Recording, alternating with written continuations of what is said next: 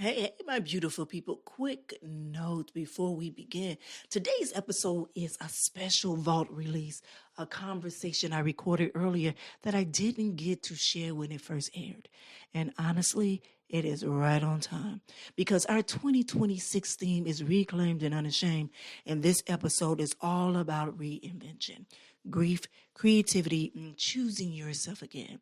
So take what you need and let it meet you where you are. Let's get into it. Welcome to the Season of Self-Love podcast.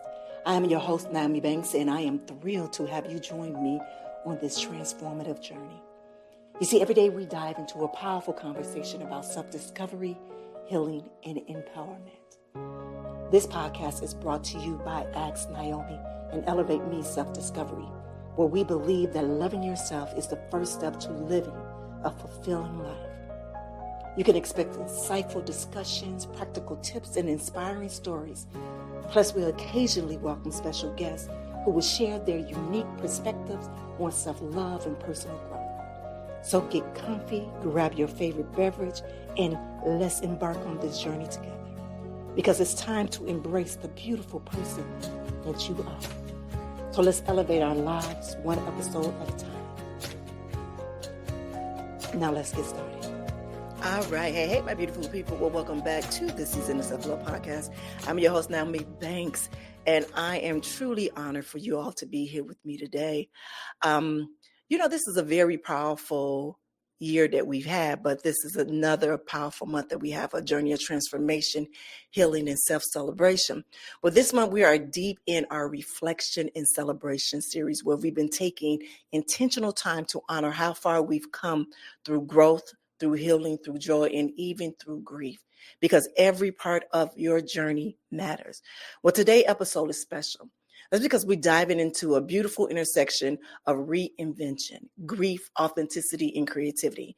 And we're doing that with not just one guest, but two incredible guests who have used their pain, their purpose, and their power to birth something deeply special. But before we bring our guests to the stage, let's take a quick break, all right?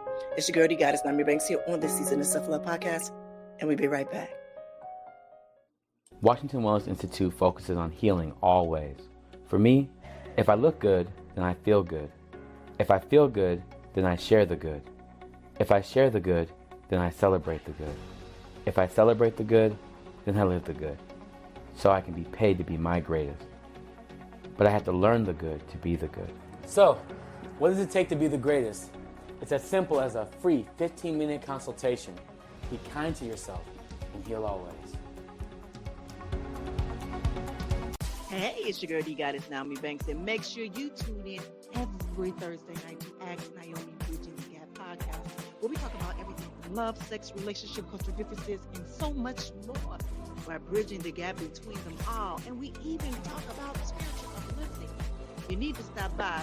Me and Dr. Mike, as well as the BTG crew. We have some amazing guests that come through.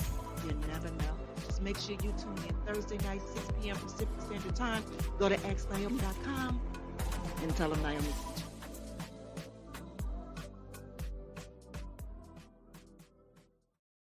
Well, all right, my beautiful people. Well, today's theme is about celebrating growth and transformation. And let me just say this. It takes true strength to be vulnerable, to break free from societal conditioning, and just to stand in your truth.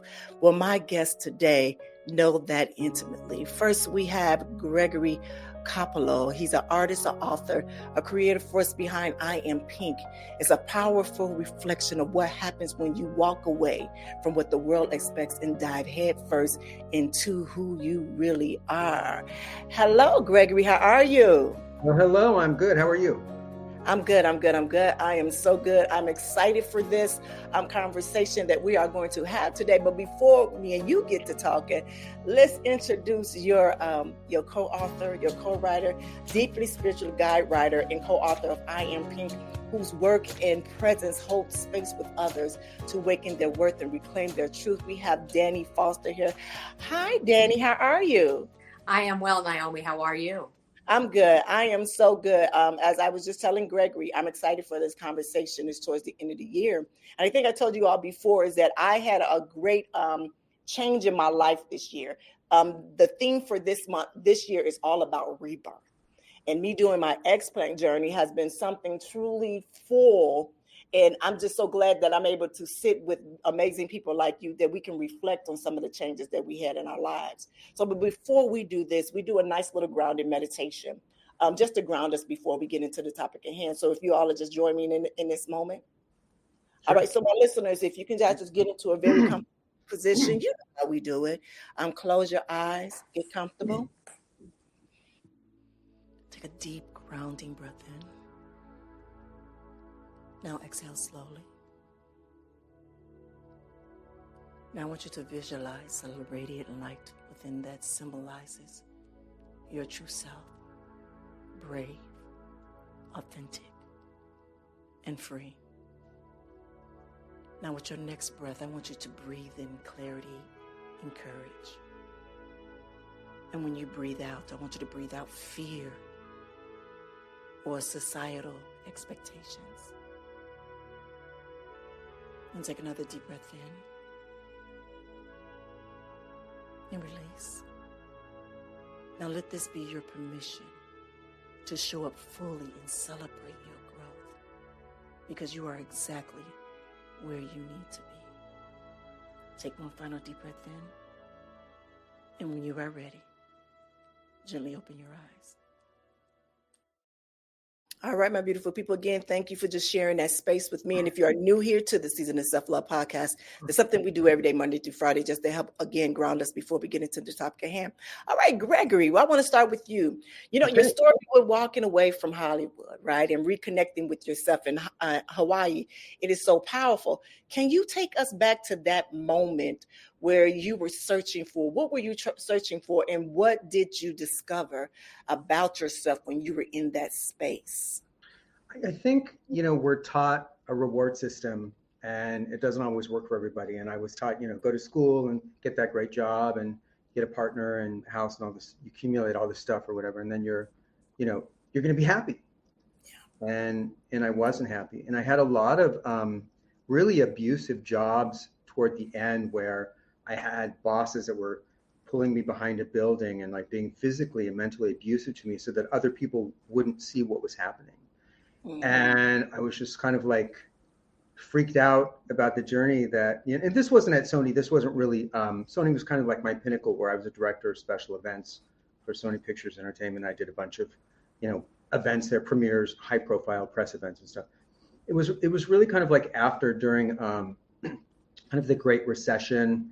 We were all kind of like trying to find ourselves, and I was just completely lost. I arrived at the end of that road that everybody said, "Oh yeah, you've done all this great stuff and you should be happy." And I wasn't. I was really miserable. And I went to Kauai with Dani, and the island is just really powerful. It just, if you're open to it and you're listening to the messages, it has a lot of messages for you. And for me, it was really all about, you have nothing to lose. You're kind of at the bottom as far as mentally how you feel. And that's kind of a good space to be in, because you don't have a lot to lose when you're, way down there somewhere. And so for me, it was a lot easier to kind of connect to the island, to receive some messaging, and to realize that, I just didn't want to go back to the life that, I had before.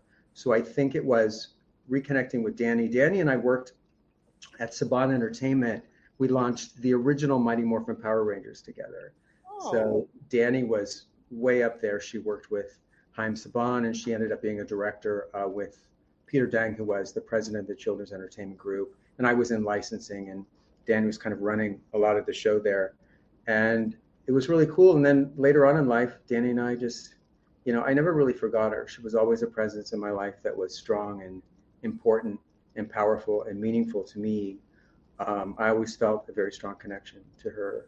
And so we stayed in touch. And then, I'll let Dani tell this part, because, it's about her husband and losing her husband. So it also segue. But I think that the important thing is that when we are at that bottom place, that dark place, and we're afraid of where, that's the best place to jump and pivot and try something else and create a new journey. But anyway, Dani, you can kind of jump off from that part with Paul. Sure. Well, first, I want to kind of make clear that the characters in I Am Pink, it's not really a straight memoir about any one experience. It's kind of a composite of experiences that Greg and I both have had collectively and individually. I think we've both, and let's say we've all been in that position where we were trying to work so hard to grab for a worldly brass ring that never seemed to come. And what we did was exhaust and disconnect ourselves in the process. I know I and Greg as well have also had that boss. If you've read the book, or for people who are or will be reading the book, it starts off with the character working his butt off in a company that never seems to fully reward him. And the CEO doesn't even have a name. It's just a guy who is called the CEO, and is a composite of many disconnected and detached and heartless people that we're called to work for in the world. And the story starts when he finally gives himself permission to take a break after 50 years of a grind, always trying to reach for the next promotion, the next raise, the next stage in life where he can finally have what it is we think we're all supposed to have. And what he is offered and what he gives himself in the beginning are crumbs. And that's what we give ourselves, crumbs. We don't allow ourselves to exhale. We don't allow ourselves to be nourished and to nourish at a heart level. And that was kind of the jump off point of the book. But to go back to what Greg was saying about our journey together, we reconnected after I went on quite the grief journey myself. My late husband became ill. He had pancreatic cancer, and it was a brutal process of watching him circle the drain. And toward the end of that was when Greg and I reconnected, and his energy was like a balm to me. Mm-hmm. And he really helped me to hold space for myself and for Paul through that process. And then after he passed away, we reconnected, and he basically said, "You know what, Dani, it's time for you to kind of get out of that dark room a little bit." And so we started to travel together. First, we went to Cannon Beach in Oregon, which we still go back to, but we wanted to be a little warmer and less maybe windy, and a little more tropical. So that was what took us to Kauai. And I think Kauai was where the birth of I Am Pink took place, because we both realized how that island, a lot of places like that, but that island in particular, I think for both of us, it pulls things out of you and it calls you to show up in certain ways if you sort of have the courage to, accept the mission. Yeah. So that's kind of where we kind of came to that place with I Am Pink. Beautiful. Thank you for sharing that. So let me ask you this, because it was something that you said that it wasn't particular, like the book was not particular a story about your life, but it's certain things that happen in your life. So what I'm hearing is characters are different chapters in your life, or different seasons in your life. So what one chapter might be, we might call her Mary or whatever. And that's whatever you were going through in that moment of time. That's what I'm thinking when you're speaking of this. So even we're talking about grief, and just you being at your lowest point, Gregory, with this, what is the representation of I am? What does that mean? For me, I think it means becoming. Sorry, go ahead. Yeah. I'm sorry. Did you get No, go ahead. No, you're fine. Yeah. For me, it's becoming who you're supposed to be on this planet, doing the meaningful work. So when you say I am something, it's sort of like bringing that power and that realization that I'm doing the work that I'm supposed to be doing. And that's why it's called that. Pink is actually the name of the character. Dani and I were on a beach. This happened. We were on a beach in Kauai. We ran into this woman who looked kind of like a witch. Her hair was kind of broken. And for most people, it would have probably scared you a little. For me, it intrigued me, because that's just kind of the way I am. And she must have felt that, because she came closer and then she bumped into me and just said, "Pink." And she walked away. And I'm like, oh, maybe I'm sunburned. But when I went to look for her, she was gone. And Dani and I were kind of perplexed by her, to be honest. There was something about her. we went back to Kauai. And so that was April. Dani and I went back to Kauai in July. I will never forget this. This was the freakiest thing. We're in the middle, literally, of the Pacific Ocean, in the middle of the Pacific Ocean. And this woman like pops up out of the water, like she was under the water, pops, she goes, "Oh, the water's so healing. Isn't this amazing?" It was the woman. It was the same woman. And the same woman. So we saw her in April, saw her that one time. And then we see her again in the middle of the ocean, and she's going, and she's really kind of like a little bit out of it, sort of.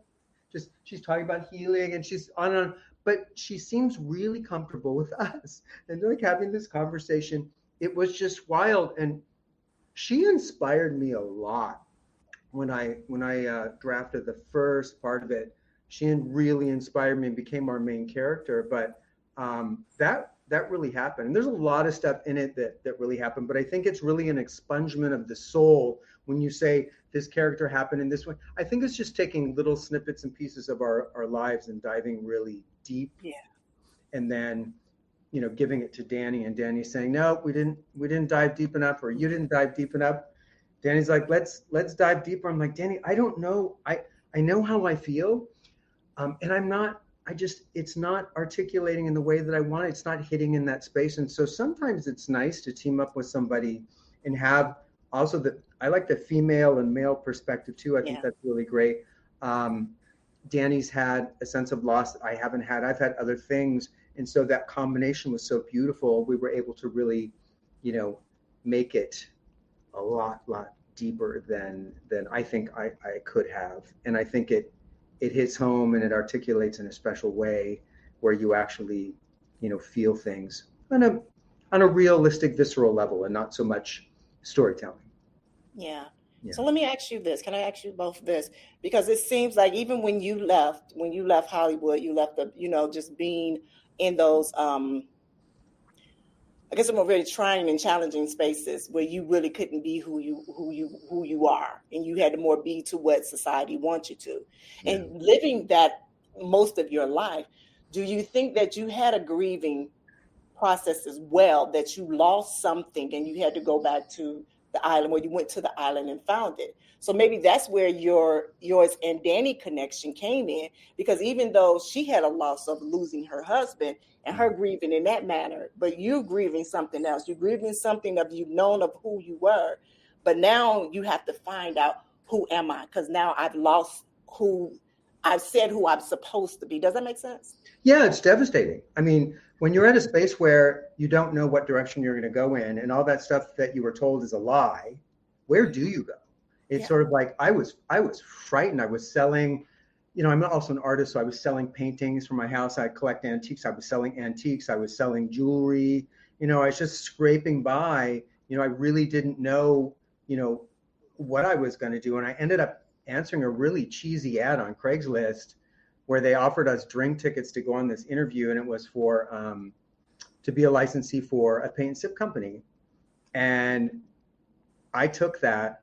I grabbed that. It was, a combination of art and events. And it seemed like, it was a nice combination for me, but I didn't have a choice. And I didn't even realize that I was even running my own business by doing this thing. All I knew was I had to make this work. This is the only thing I had. I've got to turn this into something. I don't know how I'm going to do that, but I have to do that, and I did. I would show up at a venue and they would be like, "Oh, I'm sorry, you can't come through the restaurant. We need you to, there's a side window on the side of the building. We need you to climb through it and load your stuff in there." So I was going from like, a director of special events where I was taking private jets to all of a sudden I'm at the side of a building and my ego is really being tested. Yeah. And I'm like, are you going to climb through the window for 9 people, or are you walking away today? And I think, that made, and I tell the story a lot, is that made a big difference, is that I decided to climb through the window and climb out of the window. But it was that day, though, that my business took off. It was that day tickets started selling. It's really interesting when you're tested and you pass that test. I didn't know, I knew later, but I didn't know at that moment that I was being tested. But we'll jump over to Dani, but it's a really scary place. It's a great space to be in, though, because you don't want to flatline your whole life. You want some ups and downs. This scary place means that there's this new thing that's coming, and it's probably going to be greater. That has been in my life. It's probably going to be greater than anything, any ride you've ever embarked on. So grab a ticket, stand in line, and go for it. And again, being in that scary place, in that bottom place, you don't have a lot to lose. You really don't. And I think for me, answering that ad, I remember I was laying on the ground, and I'm not like I'm a religious, like love is my religion, but I'm not religious like, Jesus and the cross. But yet, I laid on the ground in the shape of a cross. And I thought, I'm going to be, the most humble I could be is just on the ground. So I laid on the ground in the shape of a cross, and I said, God, universe, who's ever up there listening, I do not know what I'm doing at all. I have no idea. Is this thing that I'm doing right now, is it going to turn into something? Because I don't know how I'm going to pay rent next month. So if we're going to do this, I'm all in. And I said, this is the scariest part. I said, use me as a vessel of light for my highest good. This is scary because you're not driving. You're not in control anymore. You're not driving. This is scary. But it's also but I also felt, like cradled and comforted, and the universe took me and held me the entire way. Was I lucky? Yeah, I think there's some luck in there. I think there's getting rid of the ego. I think there's some formula stuff that we do there where we're open to listen to the messages. I think there's a lot that goes on. And if we block it and we continue to drive, we block it all out. Yeah. So I'm going to jump over to Dani. Yeah. Well, before you jump over to Dani, Sure. that is so true. I just want to speak on what you said. Yeah, That's sure. what you call surrendering. That is what you call surrendering. Right. Just you climbing into that window was that humbling experience for you, but also that was you having faith in what you prayed for. Does that make sense? Yeah, so and the book is about that too. Back into yourself as well. So that's beautiful. Yeah. Yeah, and the book is about that too. The book is all about surrendering. It really is. It's like it's walking away, not knowing where you're going, and you're just sort of like, and then it unfolds so beautifully, and you're like, wow, I could have never actually designed this for myself. Yeah. That's the idea. When you talk about entrepreneurs and people that really do well like that, they didn't really sit down and design it. And so how they always say, like, oh, I fell into it. Yeah. They didn't fall into it. They were open enough to receive it. Yeah. I love that. Lucky, so let me ask you this, Dani. You talk about holding space for your truth. What has that process looked like for you, and how can others begin doing that for themselves? Well, my trajectory is a little different from Greg's because I, to be honest with you, felt like I got catapulted out of the system probably when I was in my 30s.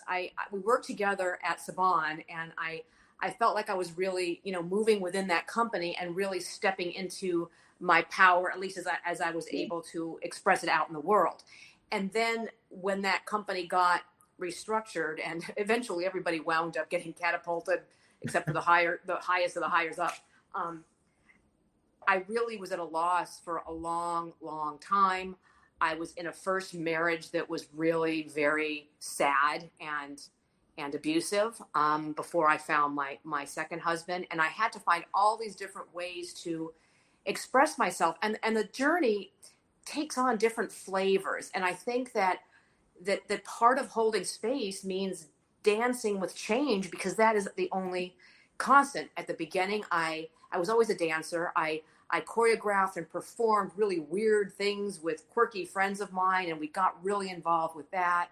I started writing my first novel that got published after I Am Pink. I, worked for a while with my father. I taught kids for a while. Let me tell you, that was a huge learning experience, because to be around children who are so close to the source, it's like sitting at the feet of God in many ways. And I got so much out of that.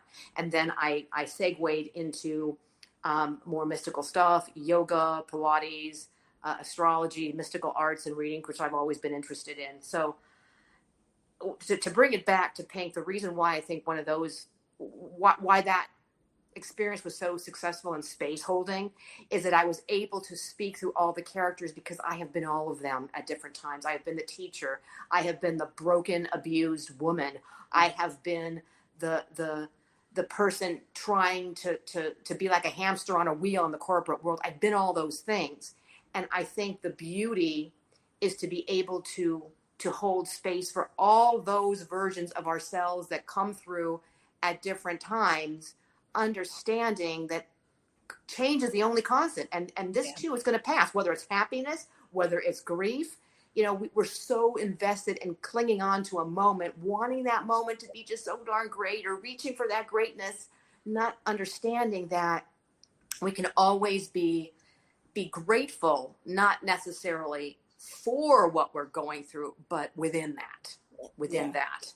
And that to me is what I try to hold through all these bizarro, and they have been pretty bizarre experiences that I've had in my life. Beautiful. So let me ask you both this. Here we talk about self-love. Let's talk about self-love. Often it's portrayed as, that gentle, blissful thing. But as both of you have shown, and I know that it can be very messy, it can be very gritty and courageous. How has your understanding of self-love evolved, especially when particularly talking about I Am Pink in your book? Yeah. So I think originally for me, it was nurturing yourself, working out, eating well, that kind of stuff. And as I became wiser, for me, it was really about allowing myself to hide under a rock if I wanted, and to heal and cocoon without beating myself up, and telling myself that it's okay to be whoever I want to be each day and show up that way. That was very different than the person that was trying to do all this stuff. I don't feel like going to the gym. I'm going to go to the gym, and I'm going to do this act of kindness, and everything was so like Pink. It was formulaic based, but it really doesn't bring you to the place where you need to be. And it's almost like you have to break out of the formula and find your own way, and then deal with that. But people always talk about being kind to yourself. For me, it's really about allowing yourself to show up messy, and that's good enough. That's okay to be that way. I really do take space away from people a lot. I find that there's a lot of drama within people. There's a lot of angst, anxiety, and agenda with people. And I can be easily exhausted. I'm an empath that way. And so for me, I do like to stay away. I write, I create. I'm really good at entertaining myself. I paint a lot.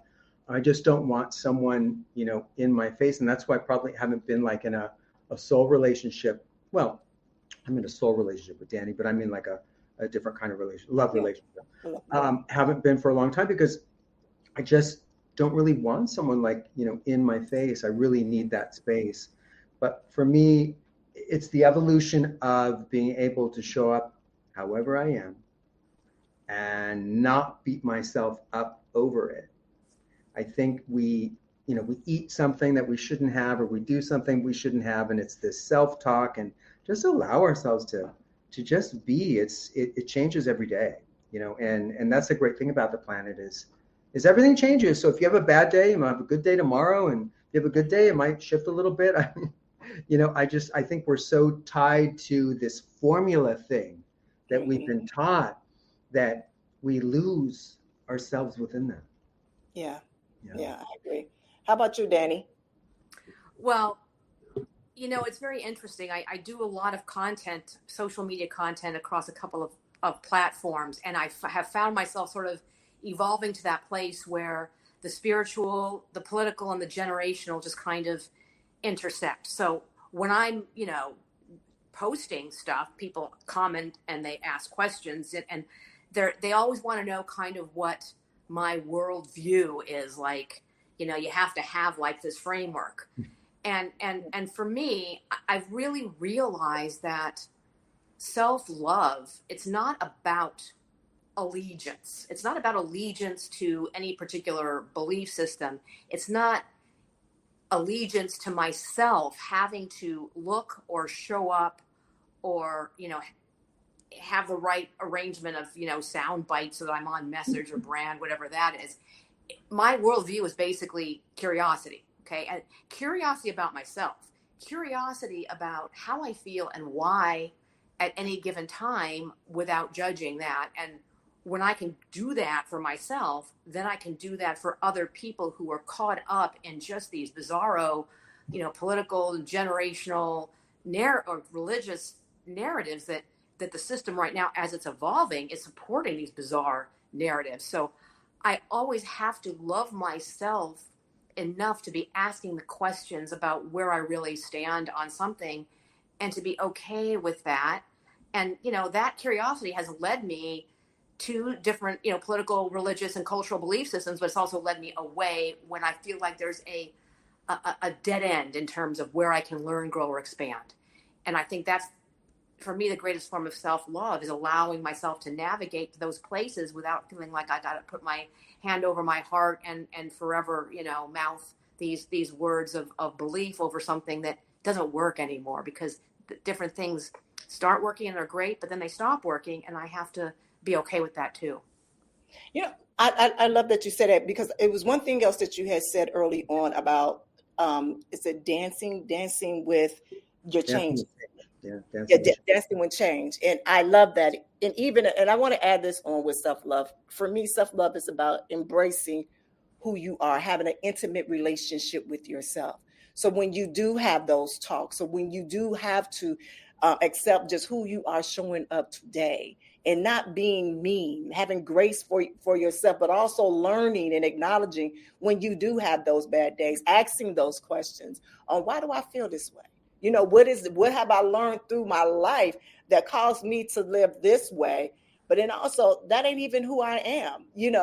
This is who I am. And that's why I love when you both went to, especially you, Gregory, because you had I was down. I was scared. I was down, like you was down at your lowest point. And it was like, for me, it felt like this is a more of a cocoon type of thing. All your life, you were inside of this cocoon. Yeah. And you got to excuse me with my brain fog, but you were claustrophobic and not able to breathe in that cocoon. Yeah. But when you were able to get to Hawaii and you were able to be in that space to where now I have to be in myself and nothing else. So now I'm now learning who I am. So now it's giving you the wings of the butterfly to evolve and grow.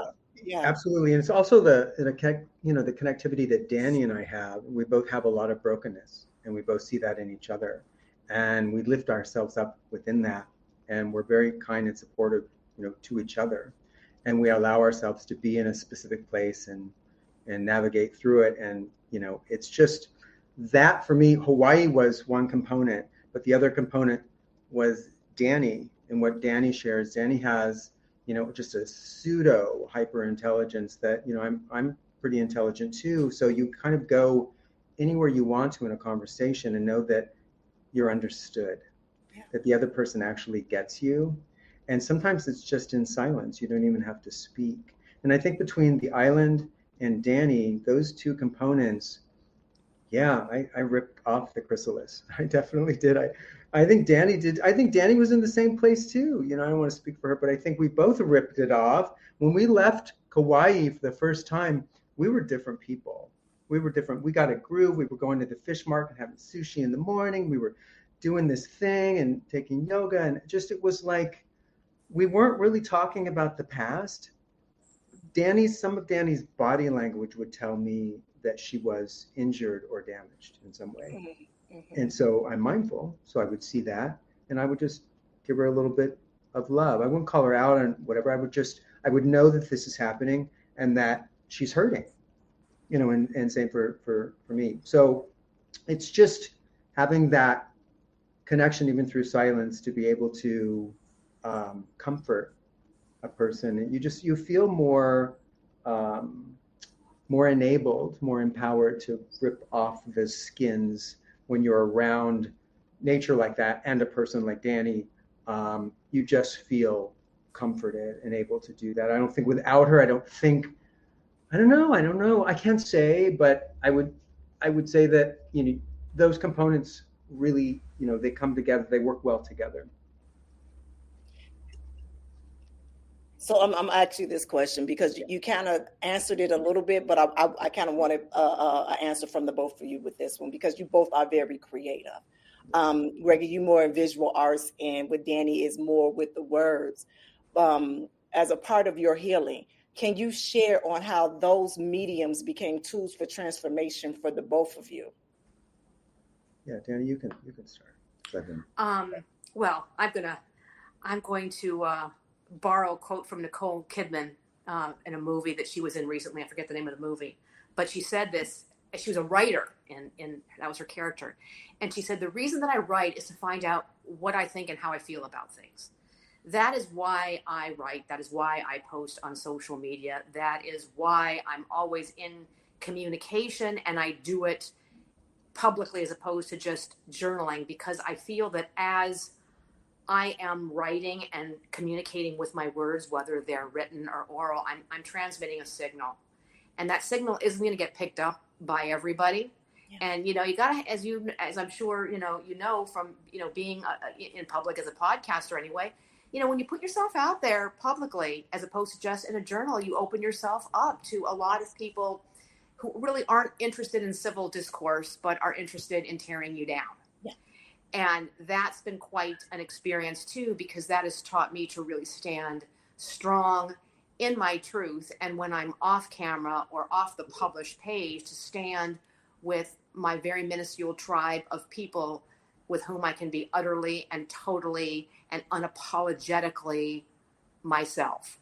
Yeah. And that has been the biggest gift. It's very hard sometimes, because a lot of creative growth is very cringe. Creative awakenings, spiritual awakenings, political awakenings.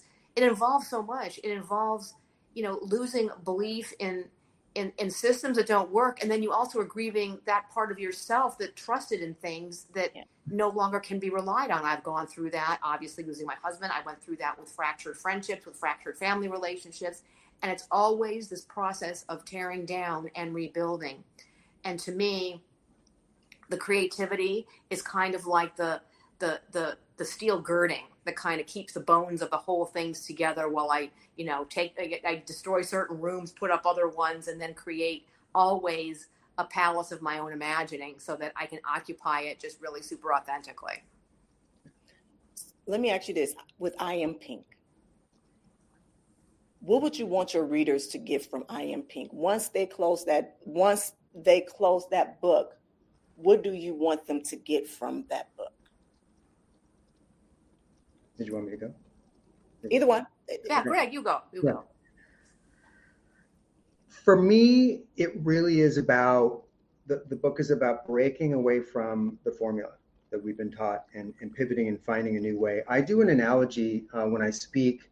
I do an analogy of, okay, there's this woman, Barbara, and she loves sewing and she's really great at being a seamstress, but she goes into accounting her whole life, and she becomes an accountant, and she has this nice life, whatever. She passes away, and she goes to this kind of purgatory realm where this being comes out and says, hey, Barbara, how are you? You have this really nice life. You made, an honest life. It's really great. So, Barbara, why didn't you do anything with the sewing thing?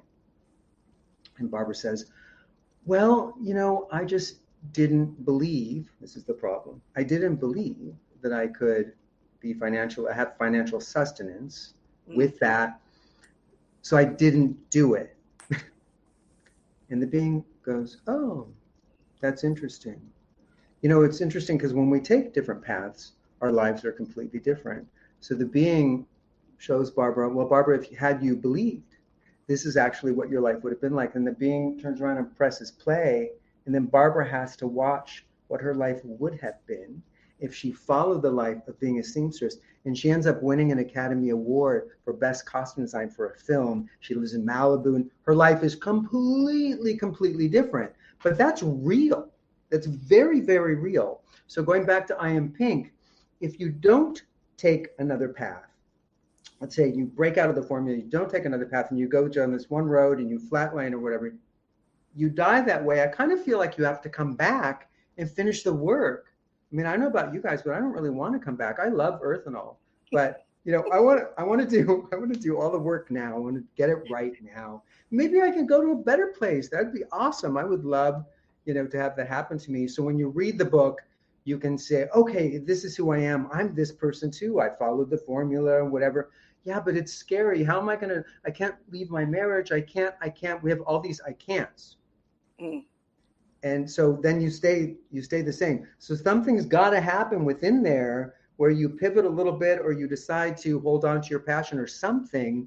If you don't do that, nothing happens. If you do nothing, nothing happens. It's very common. But I think I want people to open the book and to read it and be like, okay, it's given me the strength to at least look at it.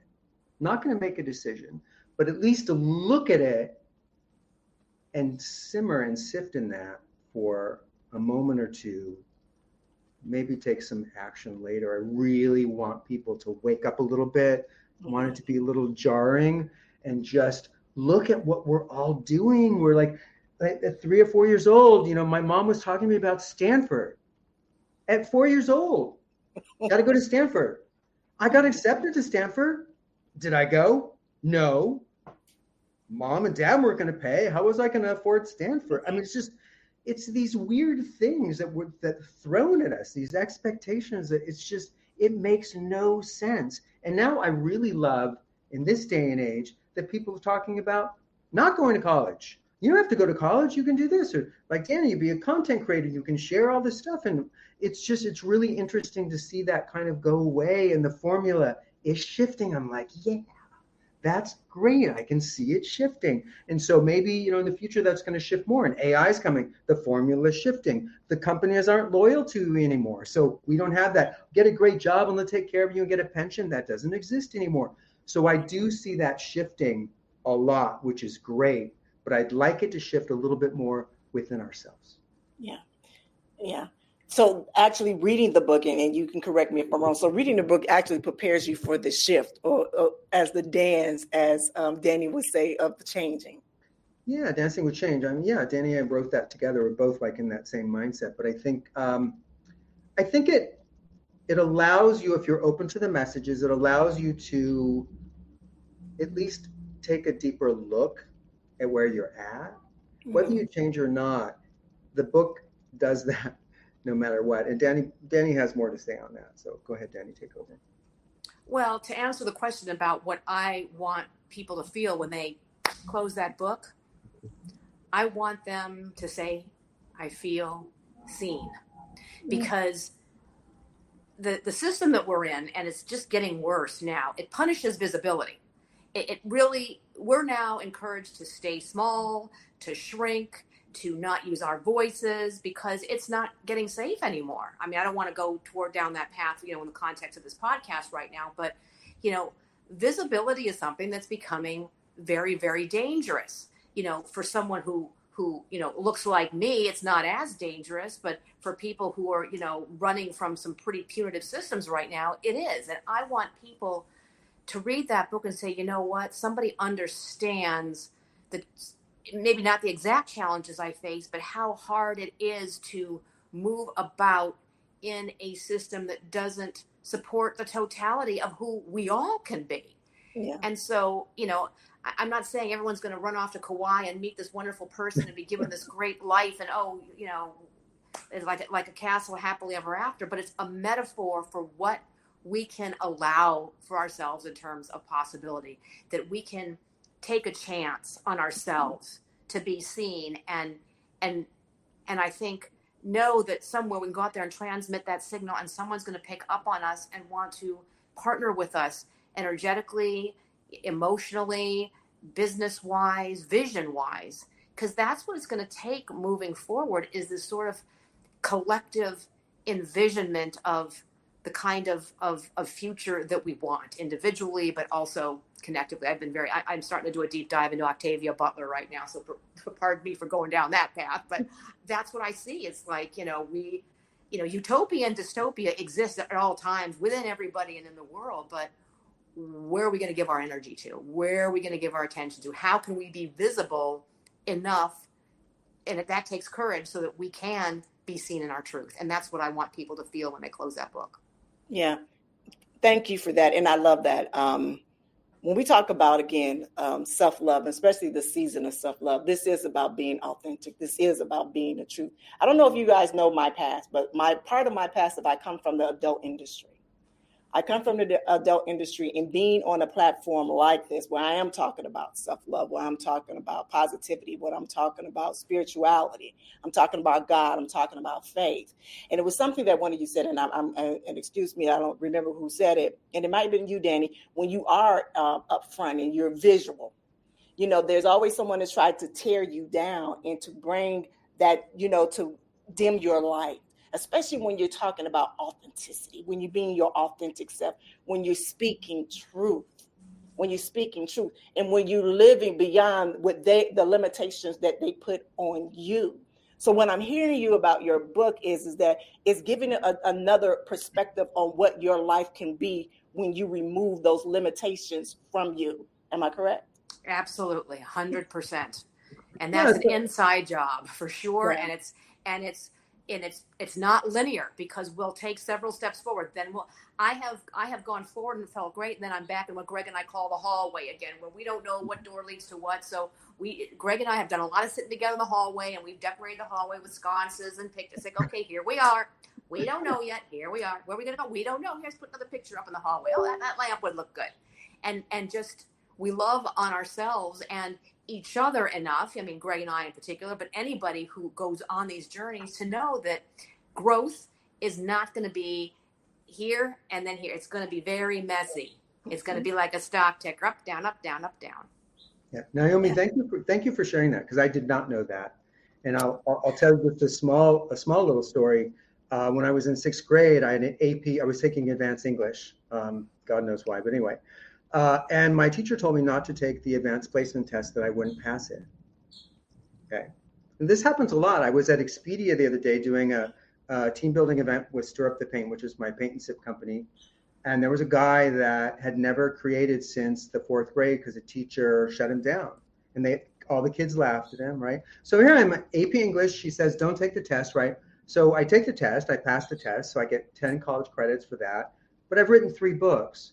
So I think what I want to come back to is nobody knows you and what you can do better than you. And there's a lot of dream killers out there. They're going to shut you down. They don't want you. I've had people jump off of my business model and come into Seattle and, we're going to take over his business, and they threaten me and they're really competitive. But you know what? You're not me. You can't do what I do, because spiritually we're different. Yeah. And so you can tell someone to put blue here, but I'm talking about anxiety, and I'm talking about fear, and I'm talking about feeling good and being kind to yourself. And I'm walking around, I'm shifting energy. I'm getting out of bed with a purpose. You're not doing that. That's the difference. And they don't understand that. And they watch me do it, and they're like, I could do that. Okay, go do it. But the thing is, it sucks when the world says you can't. And I just want to be like, you know what? You don't know that. Yeah. Only I know that, and God knows that. And guess what? Now you fueled me to try. So thank you very much. Now I'm going to go try, because you said, no, I can't. And that, I love that. There's nothing more. I love that. I've listened to Paul Mitchell and Mark Cuban. Paul Mitchell, do you know he went door to door to sell his hairspray? Not to sell his hairspray, door to door. I watched the whole YouTube thing on him yesterday. Amazing. He lost all his money. And it's like everybody thinks that we land in these billions of dollars. We don't. It's hard work. It's believing. It's a lot of pain and agony. And the business is there 24/7. So even though you think you can go on vacation or whatever, it's still there, and it needs to be fed. It's one of those things. But I'm really glad that you found your way and your place, and you know who you are, and you can be all these different things in life or whatever. But the world, when they're like, saying who you need to be, or they're making some type of judgment or whatever, you know what? Was it Brene Brown said, unless you're getting in the arena and you're jumping off a cliff and being vulnerable like I am, I don't want to hear from you. Exactly. I don't want to. You're not in the arena. You're not being vulnerable and doing what I'm doing. Stand back. I don't need to hear from you. Yeah, back up a little bit. When you do what I do, we can go to dinner and have a conversation. Let's share. Yeah, absolutely. Let's share that together. But don't point the finger at me when you're behind a computer, all safe and whatever, and all you do is, this one thing and you flatline and then you die that way. Come on.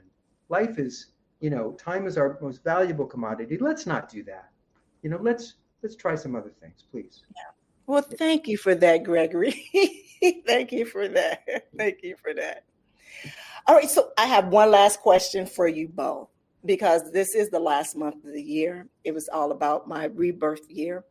For the whole for the whole podcast series, the whole thing. This is what we talk about, celebrating in growth and transformation. What does that look like for each one of you? Can you cut out a little bit? Can you repeat the question again so I know?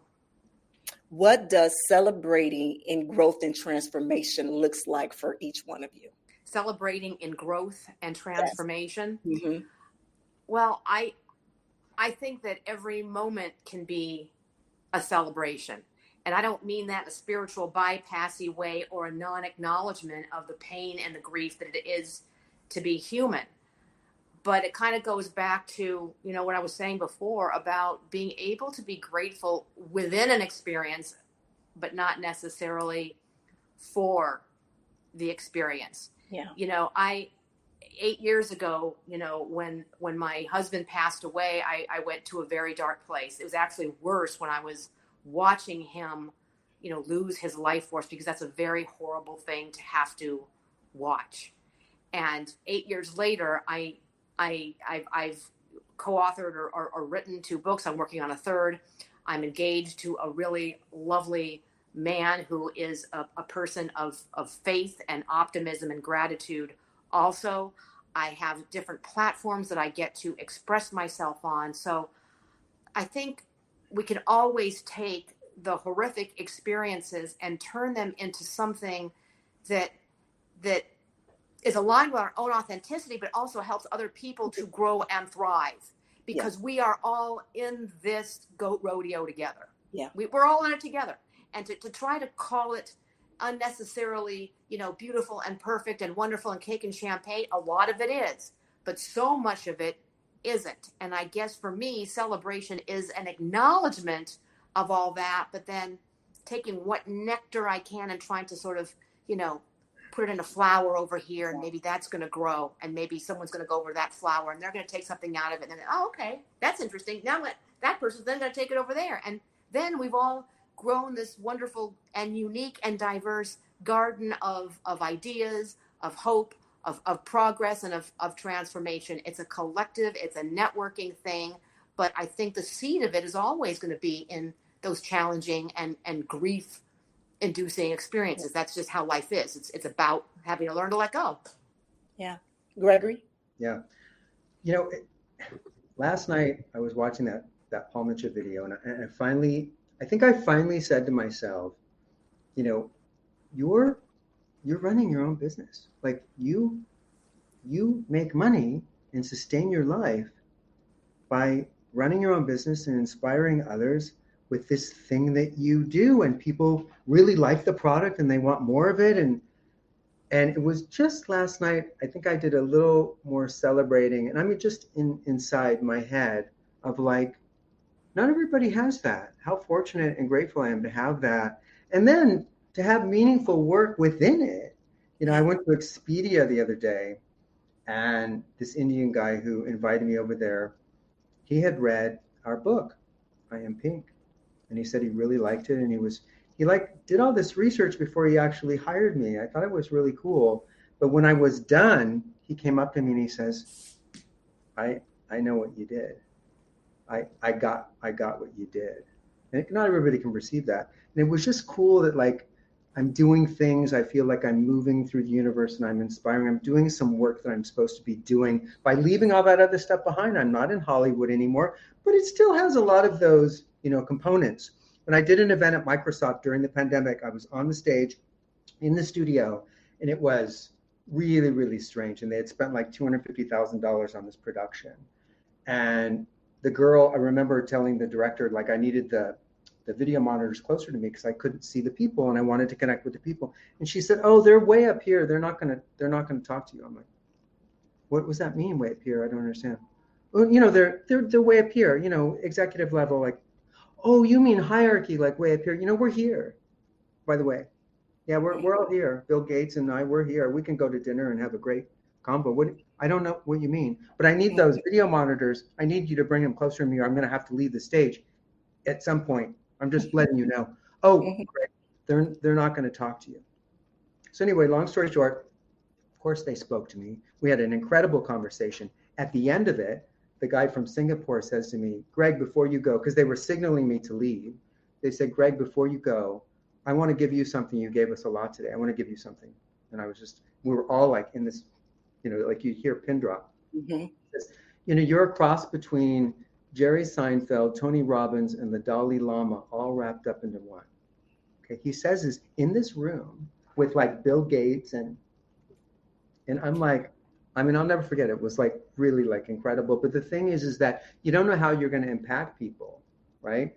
And to be able to do that kind of inspiring work where someone feels that like you're like Tony Robbins and the Dalai Lama, like they really got something, out of this. And that's the work I get to do. And it seems to be kind of taking its own trajectory, which is kind of cool. And so again, it's more surrender. Okay, use me as a vessel of light for my highest good, because I'm going to design it and I'm going to mess it up. So you take it or whatever. And I have my moments where, I have my doubts and, oh my God, I didn't sell any tickets today. And, I have my real human moments, but mostly I'm pretty grateful and pretty celebratory that I get to live this life. And the first thing when I get up in the morning, I say, first thing I say is thank you for another healthy day. And thank you for this beautiful life that I have. And now I'm going to ask you for a couple things, but that's, how I started off. Cause really, when we blink, it's gone. I want to at least leave something behind. I've some books, I've got some art, but also like, Greg inspired some people like, oh, I remember that guy, he touched me. Like even 100 years from now, I want people to say like, yeah, or that parent is talking to their kid, the guy from Expedia. I don't know. For some reason, it's important for me to do that work and to be remembered that way.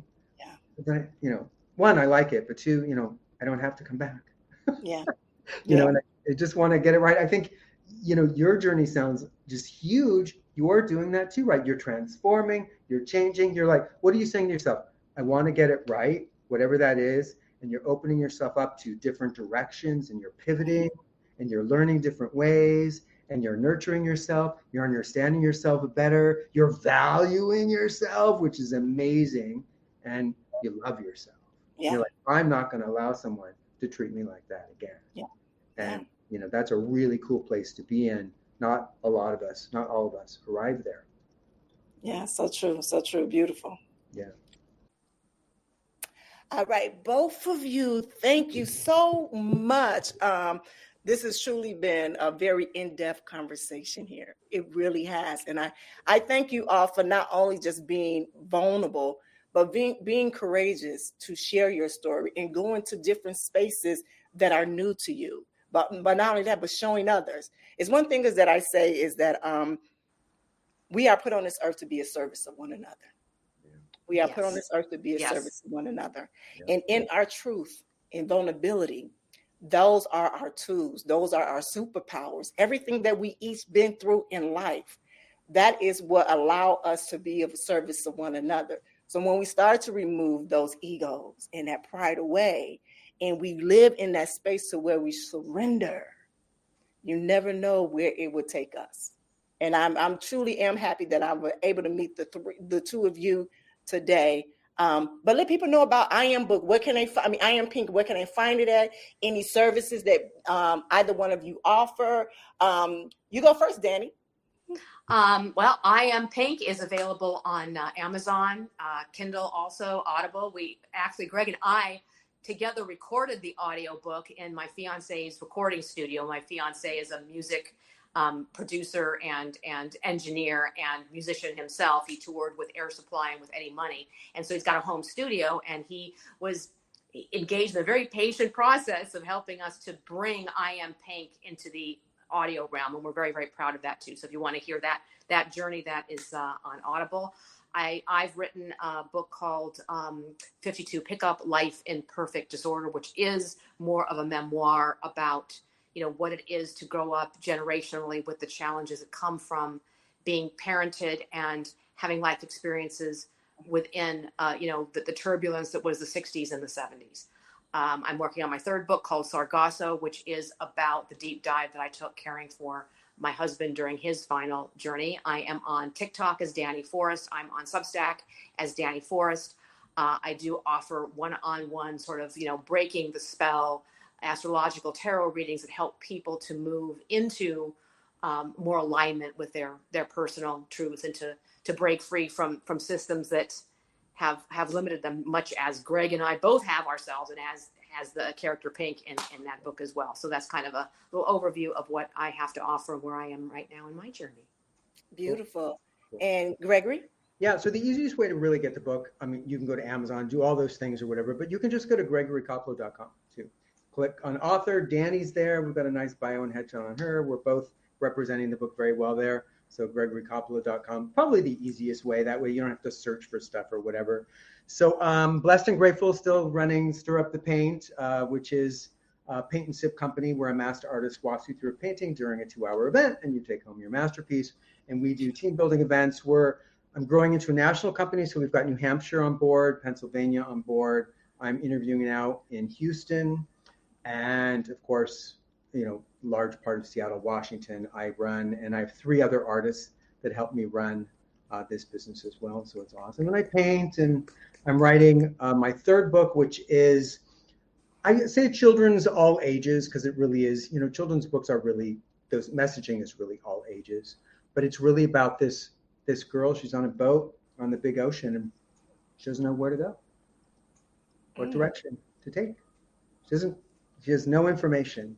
And she's just trying to figure it all out. And there's some animal friends in the sea, and she, runs into, Pegasus, and she embarks on land. She meets some people, and she finds some joy within that. It's called Joy of the Journey. That's beautiful. That's something that really people need to think about right now, honestly. Thank you. Yeah, really. I'm hoping it will resonate, because we don't know where to go. We don't know what to do. Someone's always telling us or whatever, or our parents who have such a powerful part in our lives. A lot of times you see the kids kind of doing like what the parents did. It's interesting. But are we really supposed to do that? I'm not so sure. Yeah. Well, both of you, thank you, Gregory and Dani. Thank you so much. Naomi. Thank you. It's truly been an amazing conversation. It really has. It's been an amazing conversation. Let me stop. I want to know, did you all see Pink again in real life? Like, did you see her again? Because she showed up twice. Did you see her for a third time? We did. We saw. No, we haven't been to Kauai. We haven't been back together. We did see her in the market, I think, once when we were there. But too. I have a feeling when because Dani and I, weird stuff happens, and when we're on that island, it's weird. I have a feeling that when we go back, we will see her again. We've seen beings from other worlds on that place. It's like it's like they know we're coming, and it's like, all right, here's the show. So I remember when I was diving, and we were snorkeling, and everybody was like on top of the ocean next. I'm like, why is everyone snorkeling? I don't understand. Like, it doesn't make any sense. So I wanted to be where the animals live. So I dove, and I remember, true story, a sea turtle comes up to me, literally its eye was like right next to my eye. And you're not allowed to touch them. You can get a fine, okay? And it's like, how do they enforce that though? Yeah, I don't know. Anyway, it literally is like, you could feel it like sizing me up. Literally like, are you a good person? Are you a bad person? How can I help you? Like, I could feel, this energy. And then when the sea turtle, I think it was a female, it felt like female energy to me. She got what she needed, whatever that was. And then she hits me with her, like one of her flippers. So I got to touch her. And then, and everybody's like up there at the top of the water, like, woo, that was good. And I'm like, why are you guys down here? I don't understand. But it's that kind of stuff. That island is like, when it embraces you and you're open, stuff can happen like that. And you're kind of like, wow, mind blown. We went in a sea cave and there was a waterfall. Dani and I were doing prayers, and we're just like, our best selves there. I think that's the deal. It brings out, when you're aligned, it brings out the best in you. It really does. Yeah, I think that's where I'm supposed to go. I think so. Yeah, I think that's where I'm supposed to go. It's so ironic that we talking about Hawaii right now, because my husband and I, we were talking about the next family trip, and then he said, maybe you and I should just go to Hawaii again. Find another island to go to. We've been to Kona, we've been to we haven't been to Maui, but now that you gave me this island, Kauai. Yeah. But just be prepared for interesting experiences, because if you're at all aligned, if you're at all a spiritual person, you'll pick up energies. And I know the first time I went, I was not very comfortable at all for the first couple of days. I felt this energy that gave me this unease. And you may well feel that and go like, oh God, this place. But then all of a sudden something just sort of clicks, and you sink into just, it's almost like a mean grandma who has all of that ancestral energy of, well, you have to honor us, you have to do this, you got to do that. But once you do, it's like she gathers you into her bosom, and you're like, oh my God, I never want to leave. But it's like, it took me a while to get to that place. Well, it will toss you around a little bit. So I just want you to be aware that, like, I had a bracelet on that it was an evil eye, very spiritual, that I really liked. And I went into the ocean. The ocean took it right away, like right off I was kind of freaked out, and like just weird. Like it really tossed me around a little and let me know that, hey, you're on my island, and I'm going to show you some things if you're open. And it's not always going to go your way, but if you're open to go on that journey with me, let's do that. And I'm like, but you have to really respect its energies. You just got to be really respectful of its energies, especially at night. It can be a little weird there at night. Oh, we have not the people. That there's strange things that happen. Like the road, someone died and the road closed. We got stuck. We couldn't go back to our condo, and then we're going back in this severe rain thing, and we see this person at 3 a.m. crossing in front of our car. And I'm like, Dani, remember Dani? I'm like, Dani, there's a person in a tank top, and Dani, you got to turn. She's like, no, I don't know. And we didn't hit it. So like, was it a spirit? Like, it was just. It's almost like it went through the car. It was almost like it went through the car. And I mean, it was and we hadn't even been drinking. We hadn't been drinking. No, I'm just saying, like, there's weird stuff. And like, you know, the nene, this is the Hawaiian state bird. Mm-hmm. The goose. Okay, the goose. And really, like, they're hard to find and they're rare. They were inside our condo. They came in with the door open. They walked inside. Too. And they were looking at the mirror. They were pecking the mirror because they saw the reflection. They did a whole tour of the entire condo, and then they left.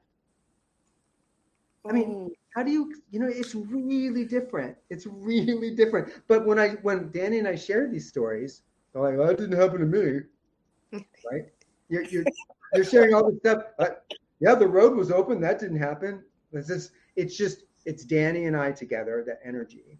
I think it's anybody who is there with a mission, or they're able to receive the lessons that the island is going to give. And sometimes, and for me, because I've been like 7 or 8 times, a lot of times a lesson has been for me to look at something that was really painful or that I didn't want to look at. And the last time I went was when I read Greg's draft of Pink for the first time. He didn't even know I was in Kauai, but it went into my email. He sent me an email, and I was sitting outside.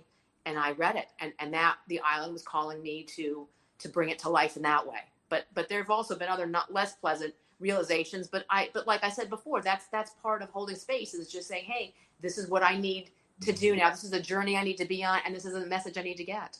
Yeah. It's not all roses. That's where I really need to go. I've been, where oceans for me, water, ocean, this is where I kind of do a reset, where I'm able to do that. And I feel like I've ran out of space here. You know what I'm saying? I ran out of different beaches that really, kind of just, and I receive a lot of my message at my altar, even in this room, even when I'm speaking to people, you all, whatever, so I'm very open and aware. I'm no longer afraid of it. I used to be afraid of it in the beginning when things started to happen.